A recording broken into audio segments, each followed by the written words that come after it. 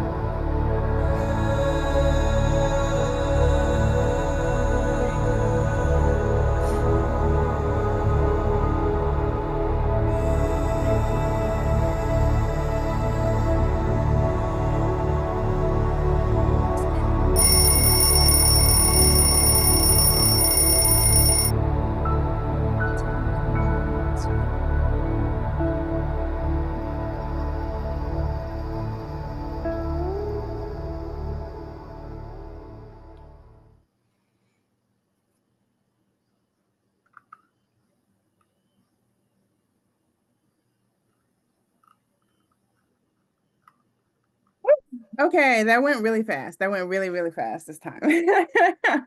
I was in the zone. How did that feel for you guys? Pretty good. Yeah. Yeah. How does your word vomit go? Do you feel like you have a beginning, middle, and end, or are you still working on it? So I started with the ending because I know what I want for that, Okay. and kind of worked through what I think the characters need to be to Mm-hmm. try and go back and find the beginning. Mm-hmm. How is that going? Are you stumbling at all? You think you got it? Definitely stumbling. It feels very cliche, kind of boring. Okay. In what way? That I just feel like it's starting to become kind of like the main character is a woman who's like, in order for her to realize, I guess, the arc that I want her to have is that she needs to change. And a Mm-hmm. lot of times it's always, women tend to think like the guy is this problem, Mm-hmm. but it's her and Mm-hmm. her rigidness and her like being stuck on the idea of what love or what a relationship has to be. Mm-hmm. And so my idea of portraying her, I feel like it comes up as like her just being this very predictable and lonely woman. You know what I mean? Same routine every day, just stuck on work. And from just like imagining watching that just feels boring. You know what I mean? So how can I Yes. give her that but not be dry? Okay, so I have a cure for you. Okay. And this is like not even my own cure. A writing coach I had a long time ago gave me this cure because I had the same problem with the male character. When you give your character a distinctive want, writing them is so much easier and it's harder to fall into stereotypes when you give them a want. So, for example, if the thing that the tangible one always has to be tangible, right? If the tangible want is this character named Lacey wants to get her nails done today. So Lacey could be a black woman, and there could be like a stereotype about black women being angry and impatient and aggressive and all of that, right? So that's a Mhm. stereotype. But when Lacey is trying to get her nails done and the audience knows what her want is, then anything that annoys her, anything that stands in her way, anything that causes her to act out of character, we all attribute it to that want. And so it's not embedded in her character. It's like a part of like who her character makeup is. It's tied to Mhm. that. And Okay. then you can give her different opportunities for nuances around that. Okay. So, for example, and I'm not saying I don't know if this is for sure what's happening in your story, but if, for example, right now her want is something emotional, like to find the love of her, well, that's pretty tangible, find the love of her life. But if it's to like fall in love, or if it's to experience have like a specific emotional experience, then we're giving her a want that the audience won't be able to see ever, because that kind of thing happens inside. When you give her a tangible want, then we can follow her journey, and then she has the emotional change that I think you're longing for. Does that make sense? So let's say if you give her a Yes. want, like she wants to Well, go to Jamaica to spread her mother's ashes or something like that, right? very good. Because I was gonna say the title or the idea is that she ends up on vacation alone.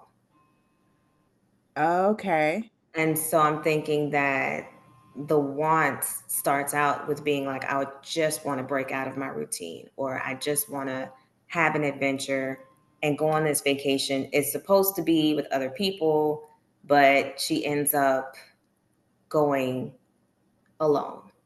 And that, to me, like, that's the way it's written right now. And then the whole thing is that her ex is there as well. And so Okay. there's the thing with them. Okay. But does that work?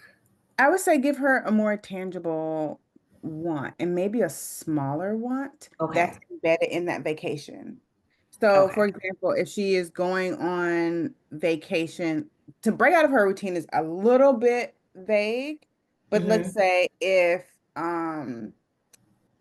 she is going to investigate a property. She is going to spread her grandmother's ashes. She is going to, there's a special medication that she can't get where she is. Any of those specific things that heighten the stakes, right? Okay. Stakes are high, and the audience can see that that's a significant, important thing.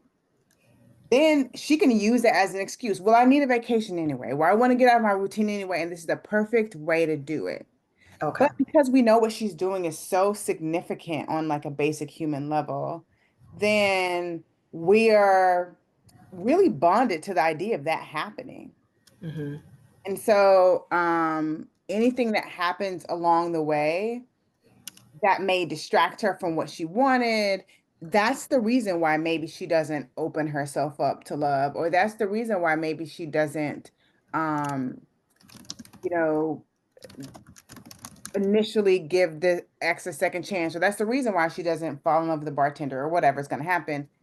But we're not seeing it as like a closed off, cold black woman that's stereotypical. We're seeing it as no, she's there for business. Okay. And there's a reason why all of these things seem like a distraction to her and she's not open to it. And of course, through the plot, you can give her a way to maybe fall in love at some point. But when you give her a valid reason for going about the way she does, then there's no way she can fall into a stereotype because we have now bonded with why she has to do it, and we agree it's important. Okay. And then love can be unexpected. Okay. That I can That's, work with yeah, it's a couple, that. just play with some of those ideas and maybe not none of those work, but maybe it helps you spark like what she could really be after. Okay. Jasmine, hi. First of all, thank you so much for this space. I really do appreciate it. I've been working on a documentary project, so I haven't had the opportunity to work on a feature that I have in my head. So Oh, this space, it gives me the opportunity to do that. So thank you so much for it. of Um, course. Is that what you're working on today? yes, yes. And I absolutely love it. And I love my characters. And the goal for me is to really like heighten the psychological depth that they experience. And it's tricky because you're taking a very internal process and externalizing it. So I'm trying to do that.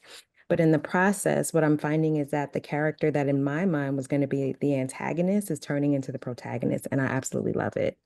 And so my goal would be for the audience to fall in love with this villain who is essentially just a human being that has layers of depth, of trauma, of all of those things that you start to connect with and have compassion for as you start to learn who he is.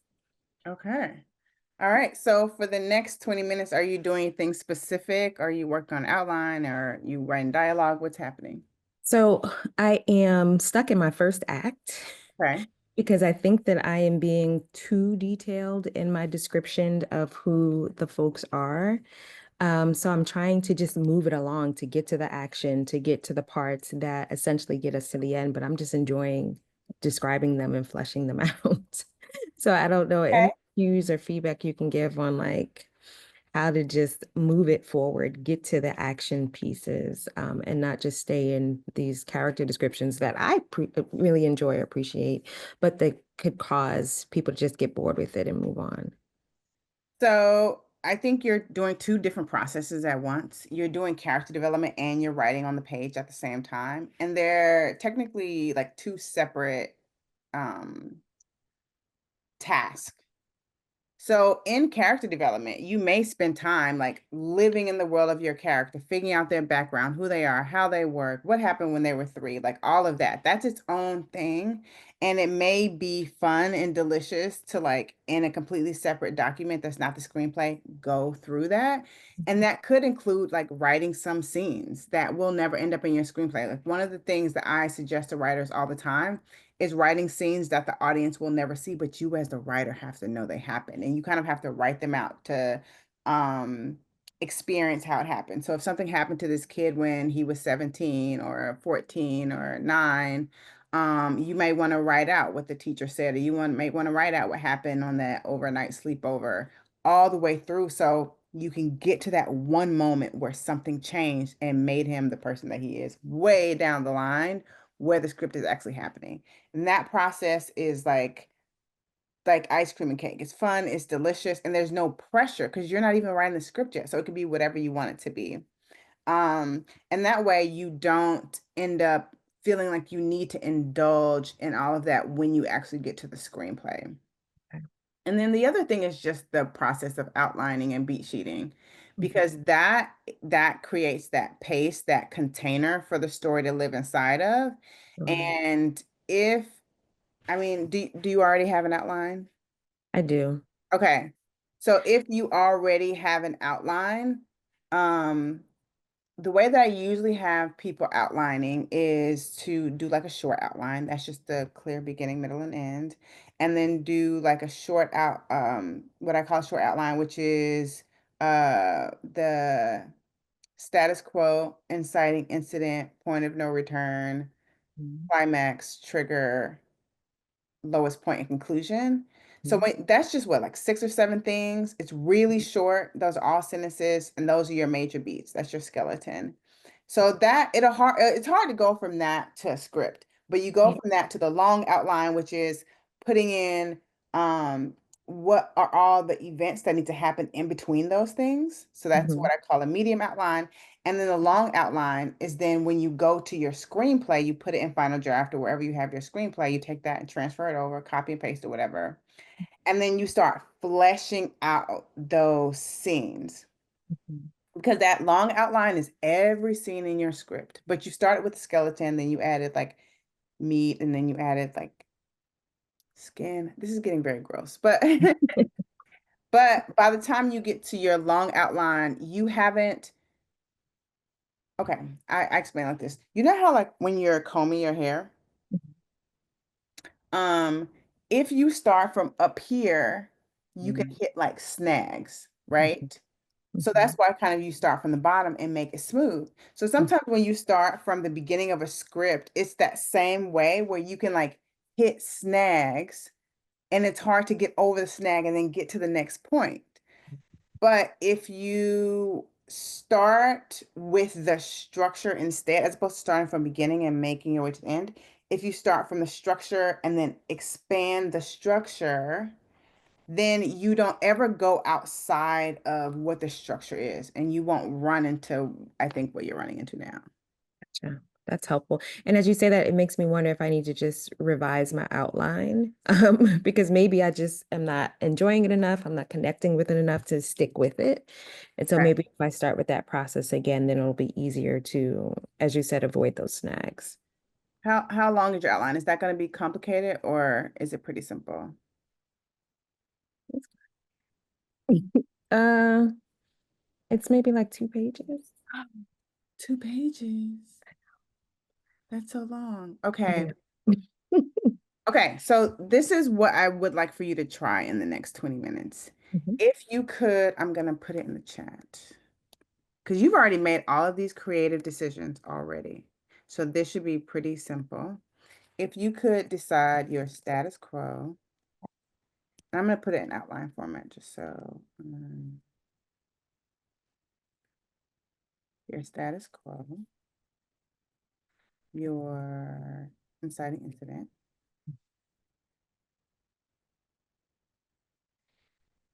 your point of no return,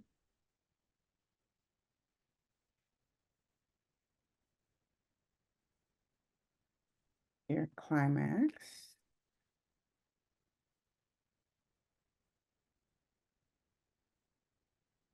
your trigger. Do you know what the trigger is? I know I talked about this on my TikTok before. Um, the trigger is the incident or event that springs the character into action, right? Causes them to change. The trigger is those point, drastic change, and conclusion.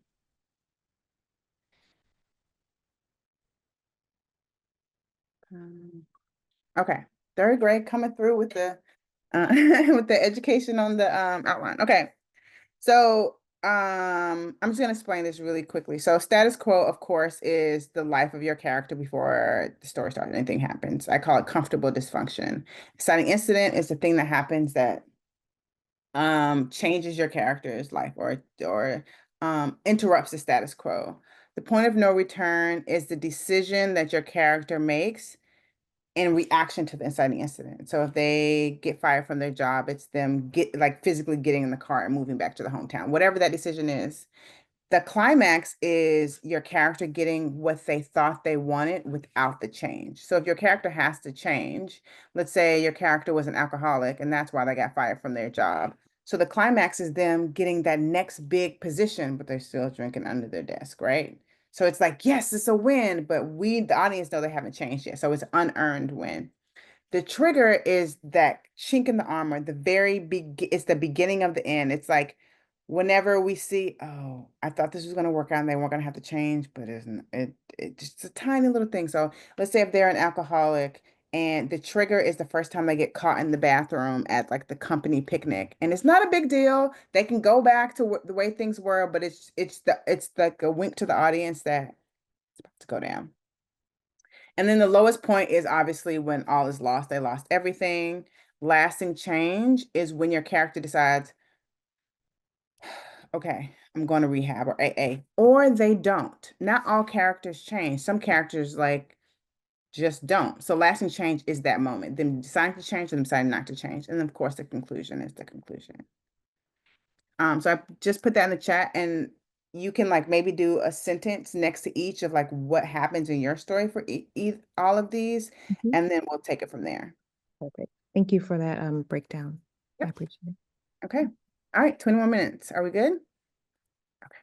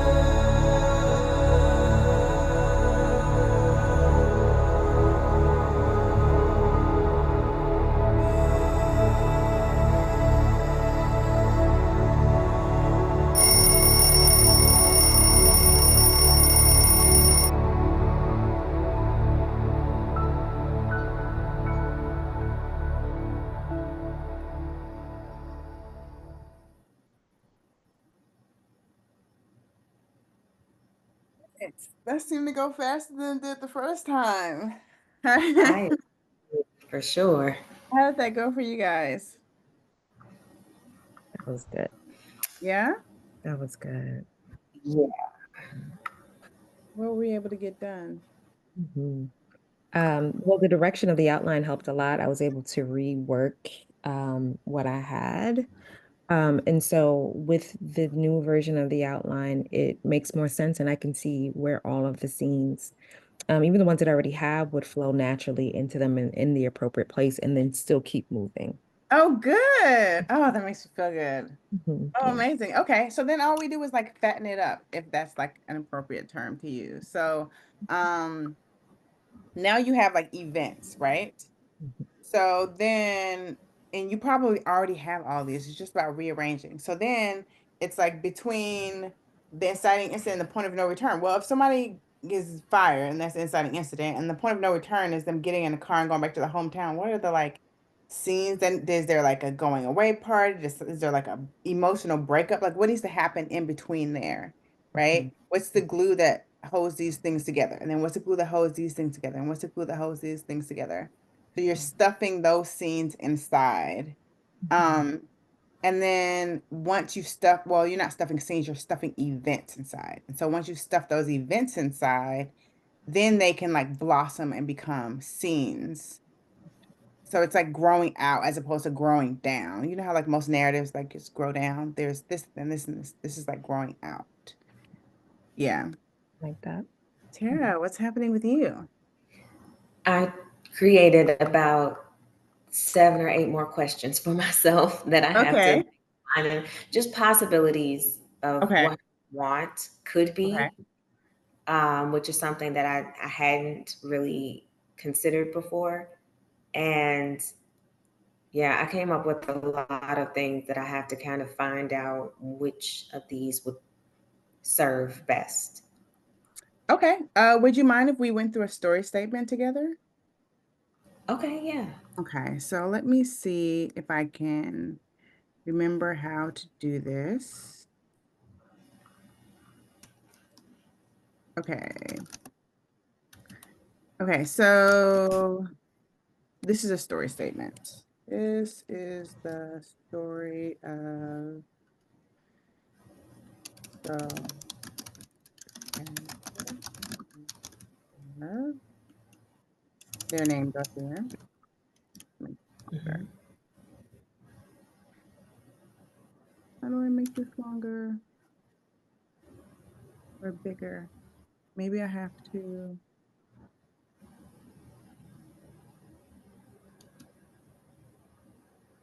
Oh. Hmm. Oh, here it is. Okay.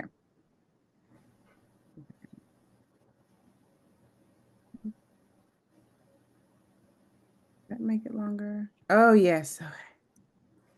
Magical technology. Okay. No, I still want to be in this one. Who wants, and this is their tangible want,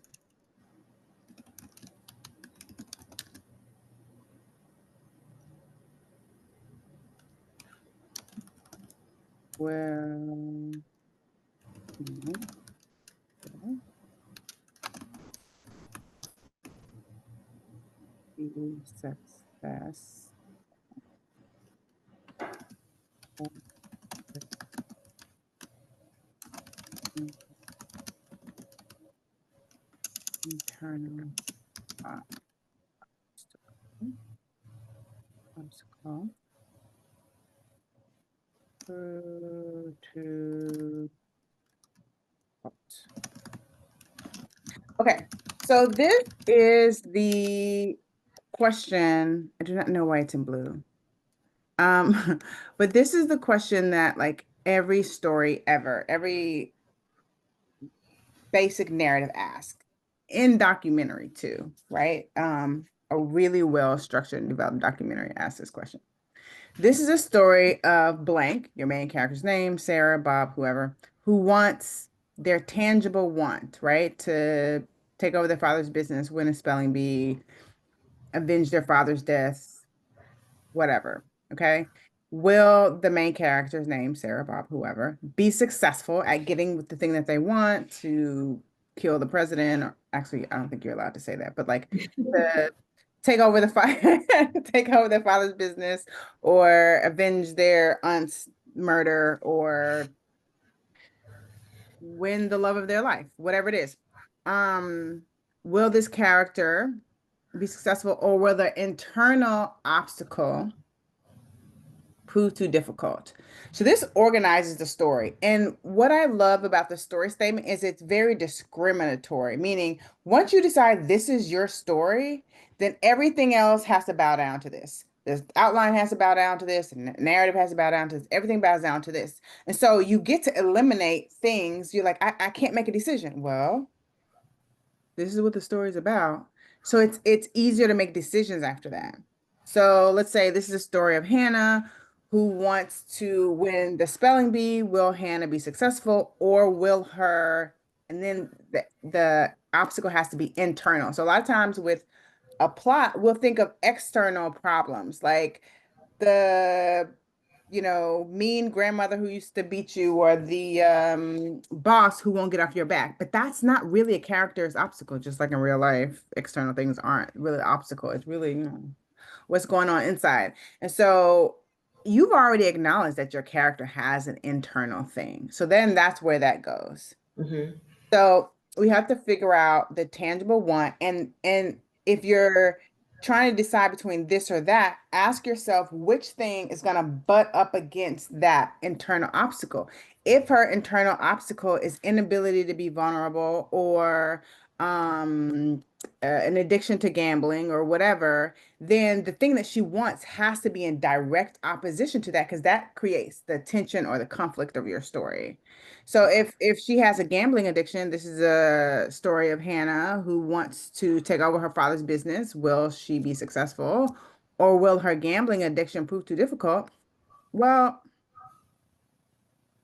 I would say that that is in direct opposition, because if she has a gambling problem, why would you let her take over your business? So it's the thing that she has to overcome. And so these things are inextricably linked. They have a connection. So because you already know the internal obstacle, ask yourself which one of these tangible wants, like clear, tangible wants, are in direct opposition to the thing you decided that she has to overcome that's on the inside of her. Okay. I can work with that. Does that That's make good. sense? Or is that Yeah. like a little No, convoluted? that's perfect. That's perfect. Okay. Yes. Okay, perfect. So I'm going to copy and paste this, and then I'm going to put this in the chat too. Okay. And then you can use it when you're deciding, when you're making that creative decision about what you think she wants. The only other thing I would say is sometimes we like fall into the seduction of the want being what we as the writer thinks would be the most like dramatic thing to want. But oftentimes it's something very simple that they're after. Um, the clarity is more important than the drama when it comes to a want. Because when you get to the end of the film, you should be able to say whether they got it or not. So if you say she wants to like forgive her father for not being there, I don't know what forgiveness looks like on screen. Film is an inherently visual art form. So somebody can say they forgive you, but did they forgive you? That happens on the inside of somebody. So it has to be something like, as opposed to her wanting to forgive her father, we'll say she wants to um take care of her father before he dies, or she wants to pay for his gravestone. That is a visual symbol of the forgiveness, and it'll help you clarify your plot a little better, because the plot is a stackable ascension to getting that want. Okay. All right, great. Are you ready for the next 20 minutes? Okay. All right.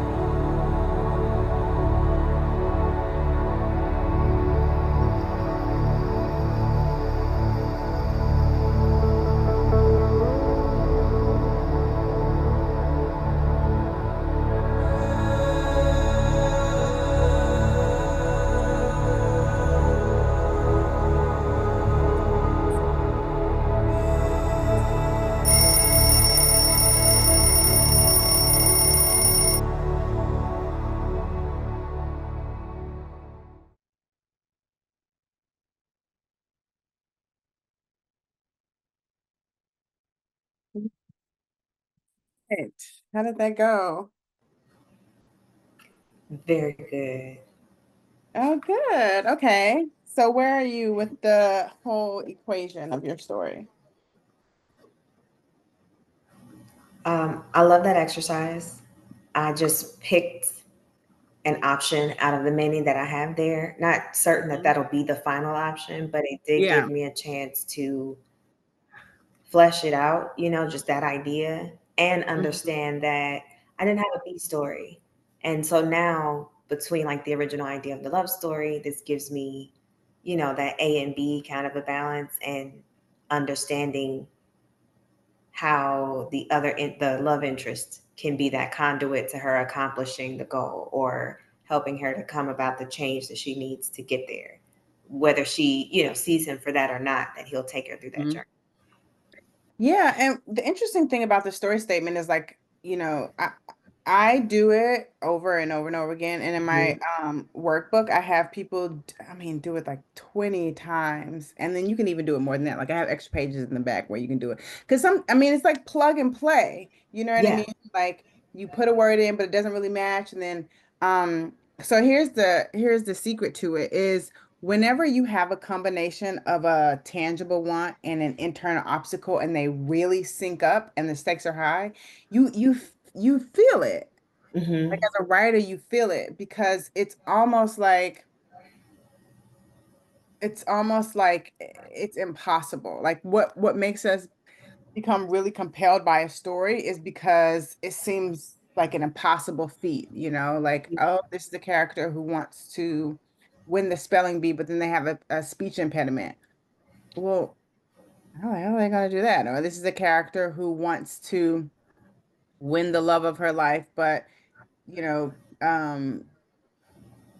she is has a inability to be vulnerable. Well, how is she going to do that? Hmm. So when it seems like it's impossible to overcome, you you have that question of like, oh my God, I have to watch it. Like that's what gets people Yeah. to watch a movie. Like, how are they going to get out of this situation? And then the sort of bonus to that is like when you as the writer feel like I describe it this way, and it's so strange, but you almost feel like this hinge in your side because not only does it feel like a impossible feat, but it also feels like it exposes you, the writer, a little bit. Mm. Because usually what the character, not all the time, sometimes, usually, what the main character is struggling with is A, either what the writer identifies with as like a challenge, or it's something that the writer is trying to understand about the world. Hmm. So, like why do we write things? We write things because we're human beings and we're investigating the world around us. We're investigating the human experience. And you're like, "Well, I don't quite get that." And that's what we end up writing about. Or I understand this very well, but I don't understand how it's just, or I don't understand how it's correct or whatever. And so we end up writing about it. Um, and when we do a story statement that's like perfect, we almost feel like exposed a little bit, and that's when you got it. That's when it's there. Gotcha. Yeah, yeah. I feel like I can definitely go through at least 20 versions of this, and I'm excited to get into that. Yeah, this is a good exercise. I appreciate Cool. it. Yeah. Jasmine, how is it going on your side? Woo, I got overwhelmed. I'm gonna be Oh honest. no. Okay. I got Okay. overwhelmed. Tell me So about I worked through the outline in the last 20 minutes, and then I went back to my beat sheet and I said, oh wow, I have the whole beat sheet and I'm trying to integrate all of it. And it felt like so much. And then I went back to what I have written already in my screenplay. I wrote 19 scenes. And I'm just like, there's so much, right? And then I had it. to remind myself that this is a process in which I'll go through numerous drafts and it does not have to be perfect right now. But, I think the thing that really made me overwhelmed and why I have so much is that I have three key characters. And I'm trying to, of course, focus more so on one character, but I feel like, again, all of their stories are important, but just, again, going through the process of fleshing it down, making it all make sense, and sticking with the outline, that's the part that just felt a little bit overwhelming this It's last. hard because, like, especially when you've done work already, Mhm.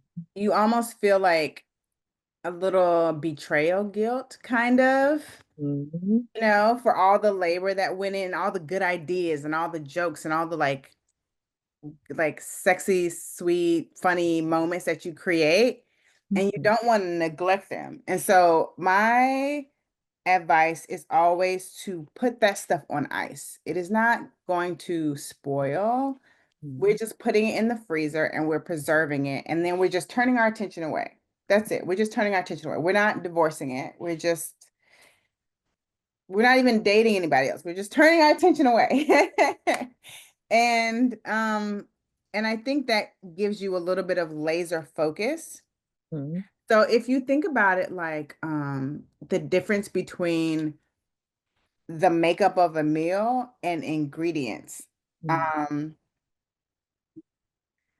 it can be overwhelming when you have like macaroni and cheese and chicken and rice Mhm. that you have put together to make a meal. That's what the work that you've already done. Delicious meal, and you kind of want to rearrange it or whatever, but you've made a delicious meal. And now you're going back and you are making something out of completely raw ingredients. You're now working with things like paprika and salt and a bird and um peas that are still in that like pea pod. So you have all these raw ingredients, and you're like, well, I'm trying to put my macaroni and cheese over here, but these it's not even like a dish yet. Not only is it not a meal, but it's not even a dish yet. And so it's stuffing something way too big into something that's way too small. Your outline is way too small to absorb the big ideas you have. Mhm. So if you put those in the freezer and then you just take your raw ingredients and you build them up to the point where it's a dish and then a meal, then you can take your dishes and exchange them more fluidly. But what you're working over here that's raw is not ready to engage yet with some of the bigger things that you've developed already. Yeah. No, that's helpful. And the thing that actually helped me as I was going through this spiral was going back to that sentence template that you gave us, Oh right? yeah. So, yeah, when I did that, I'm like, okay, this is what this character deeply desires, and this is the thing that's getting in the way. And then as I thought about the other characters, there were parts of who they are that feed into what he wants, but also feed into what gets in the way. Hmm. So that was really helpful just to like go to the activity that you gave us and really think about at his core, what are the things that he desires and what are the internal struggles that he's experiencing that might get in the way. And Yeah. I thought about the other characters, it lined up really well. Mhm. Bad. Okay. All right. We literally have 20 minutes left. Do you guys want to give it another go? Yes. Okay. All right.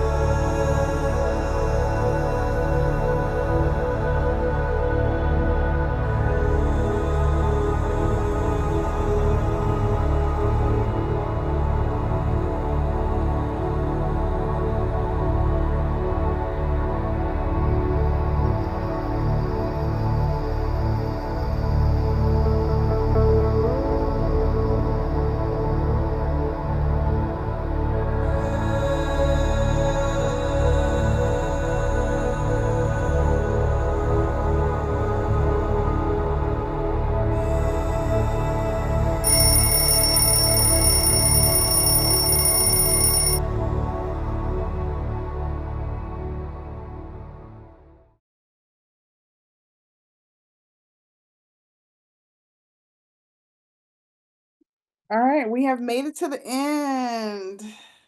How do you guys feel? I feel a lot better. I can't believe the time went by so quickly. Oh my gosh. So Agreed. fast. So fast. Mhm. Well, my hope is that between now and the next time I see you, whenever I see you, if I do see you, that you guys continue to work on these stories. They both sound very compelling. And if you guys need any help, let me know. I'm always around. You can always book time with me on my website or drop me a line on TikTok for sort of more structure support. My book Script from Scratch is available on Amazon. And I think the biggest thing is just I think the hardest part sometimes is like getting over the hump that like, Mhm. that hump. So you guys have already started that and I just hope you keep it going. You guys Thank have you any so Well, thank questions for much. you. me before we close? No, this was amazing. Thank you so much again for creating the space and consistently showing up on TikTok and having all of the resources. It's amazing. Thank you. Of course. Thank Yes. you. Thank you for working with me and I hope to see you guys soon. Yes, thank you. Bye. Thank you, Bye Greg. guys.